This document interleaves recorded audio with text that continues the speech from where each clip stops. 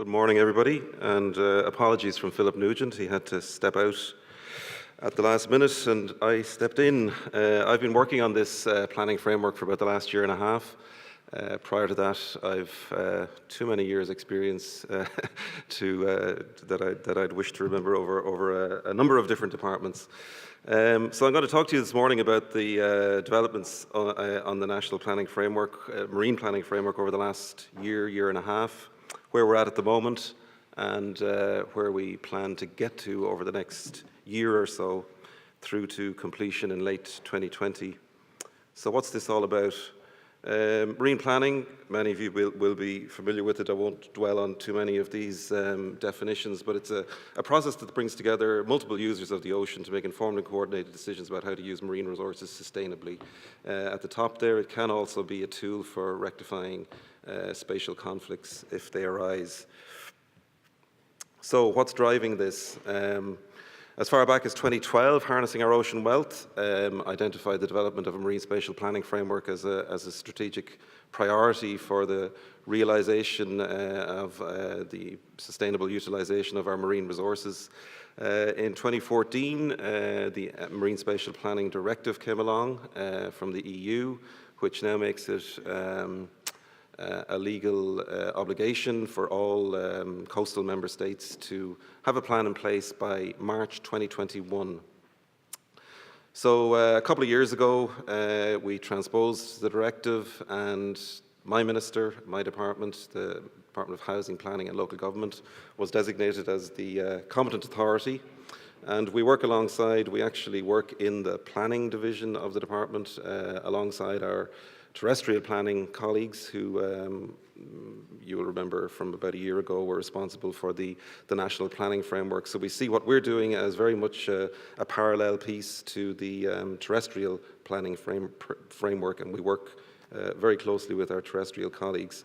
So the plan, as mentioned I think earlier, will apply to quite a large space, 490,000 square kilometres, composed of internal waters, territorial seas out to 12 nautical miles, exclusive economic zone out to 200 nautical miles, and some agreed continental shelf beyond that, extending to about, I think, 250 nautical miles or thereabouts. It's a large space, and it's a big job to get this done within the next year. But I think with a fair wind and goodwill behind us, we'll get there. As I said, the plan has to be in place at the latest by March 2021 under the EU directive. We're planning to get it done by about the end of next year to leave us a bit of room for some small amount of slippage. This slide, which may not, it does look okay on the screen, draws the parallels, I suppose, between the terrestrial on the right-hand side, the green, and what we're doing on the left-hand side in the marine space. So right at the top, you have, I suppose, government policy, and that's essentially Harnessing Our Ocean Wealth, which I said dates from 2012. And then on the right-hand side, you'll see the National Planning Framework, and right alongside it is what we're currently working on, the Marine Planning Framework. And we're concentrating on above the broken line. You'll see in the terrestrial space that there is, of course, other lower-level plans, the regional, spatial and economic strategies, which are actually out for consultation, I think, at the moment, all three of them. And then on down, county and city development plans take their lead, obviously, from the regional plans, and then below development plans, county development plans, you have local area plans. For the moment, as I say, we're concentrating on the national piece. I think that'll give us enough to get done by the end of next year. But we do envisage that in future iterations of the marine planning cycle, that we would look at lower level plans, possibly regional, possibly even local at a bay level, but that's for future cycles of the process. This is just a graphic here. It doesn't purport to be an exhaustive list of all of the different development management systems and marine regulatory systems that will come under the framework of the National Marine Planning Framework, but things like foreshore, things like renewable energy consents, when there is such a system in place, and so on and so forth, aquaculture, sea fisheries. I suppose the idea of this slide is that the National Marine Planning Framework will be the basis, the overarching framework and basis for all decision-making in marine development management in its various guises. This probably doesn't read so well on screen. This is a grab from our roadmap, which we produced back in December 2017, and really just to illustrate where we are on our roadmap, as illustrated by the red bubble. In fact, I think that's on the baseline report, which we published last September. Some of you at least will have participated. I know IWEA made a submission to us on it. That was out for public consultation for about 3 months last year. We're currently analysing the close to 200 submissions that we got on that, and that's feeding into the next step of the process, which is the production of a draft plan by around the middle of this year, maybe Q3. We would aim to get it out maybe for consultation for another 3-month process, probably in July. So what was the baseline report in a bit more detail? It was described in our roadmap as the issues paper. We didn't really like that name, so we changed it to baseline report. So it basically set out the policy, legislative, regulatory context in which we're trying to do this exercise, a description of the as-is situation out there in the marine space at the moment across all various sectors, an initial elaboration of some potential high-level objectives to guide us in developing the marine framework, and then a number of consultations to guide feedback. And one of those was an issue I think of some interest to the ORE community, is the whole issue of zoning, or as I would prefer to refer to it in the next slide. That's just our contents page. Won't dwell on that because you probably can't see it. Some of the key questions that we included in the baseline report were high-level objectives. There were, I think, 10 or 11, which I think received broadly positive feedback across environmental, social, and economic objectives. We asked people, you know, have we identified everything that we should have? Is there anything that we've missed? Climate change was a big issue in our feedback, and there was certainly an appetite for a very strong recognition of climate change, mitigation and adaptation in our plan when developed. Also transboundary issues.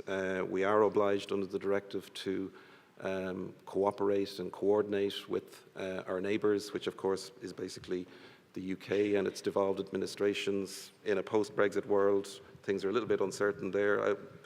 I suppose encouraged, and we might hear from our Scottish colleague, but I think the fact that the UK embarked on marine planning as far back as 2009, 2010, before it was an EU obligation, and we've very good bilateral contacts with them in the marine planning devolved administrations. We would hope that it's not going to have too big an impact in relation to marine planning. That obviously can't be said for other areas. Spatial designations, zoning or not, and I'll talk a little bit more detail about that in a while. Again, this slide maybe doesn't read so well on the screen, but when we talk about spatial designations, we're really talking about a broad range of potential management actions that can be taking place in the marine sector, and can be used for a broad range of purposes: protection for biologically and ecologically sensitive areas. It can be used to spatially separate potentially conflicting activities, protect natural values in the marine management area, while allowing reasonable uses. It can be used as well to actually reserve areas for particular purposes, either ecological or economic, as the case may be. And it's one of a range of ways, I suppose, to achieve objectives in marine planning. Varying views on it, and you'll see in the next couple of slides some of those views that we got in feedback. But I suppose when we read the literature and when we talk to colleagues who are more evolved in this process, the final spatial designation product in a large multi-use environment is the result of compromise, accommodating a range of needs, interests, and indeed political requirements. And it's not simple. And I think that's probably the main lesson that we've gleaned from other EU member state colleagues that are further ahead in this process. Just a bit of a snapshot of the submissions that we got back. Marine environment was the most popular topic. I won't go through them all. They're all up on our website, including all of the submissions. On the issue of zoning, about a third of people who responded to the consultation took up the issue of zoning. I think roughly 45% were in favour. Others favoured a hybrid approach, and others favoured a policy approach. We'll be taking all of this feedback and delving into it in a lot more detail, as well as, of course, talking to all of the relevant departments in coming up with our draft plan by the middle of the year. Some of the feedback, I won't read through it all. These are just quotes. I'm not quoting them approvingly or disapprovingly. I'm simply reporting what was said in submissions. Some people said we cannot support a prescriptive, I think, zoning approach, support a policy approach, and mediated agreement of sharing of the spatial areas. A mixture of policy-based and zoning. Some areas are already naturally zoned, where other activities can be policy-based approach. Designate a coastal and marine national park. I won't go through them all. It gives you a flavour of the wide variety of views that we got back on this topic. So what are the next steps? So we're, as I mentioned, carrying out a detailed analysis of submissions. We're engaging now in a pretty serious way with other departments feeding into this plan. We've given them a deadline in the very near future to come back to us with policy directions for the draft plan, what they want in there, what are their priorities. We aim to have, by the end of this quarter, agreed broad approaches and commenced drafting of the draft plan to present to government and to our advisory group. Some of the members of that group are indeed present today. We hope to present that to government by the end of Q2 with a view to publishing the draft marine planning framework in Q3, hopefully July, for a 3-month consultation period.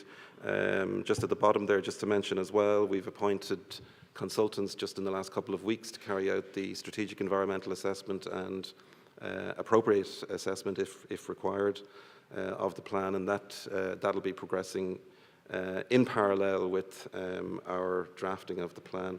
So just at the bottom there, if you want to be in contact with us, our email is msp@housing.gov.ie, and we're also on Twitter @msp_Ireland, and I think that is it from me, and I'll be happy to take questions afterwards.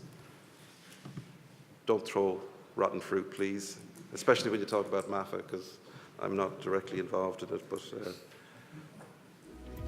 thank you.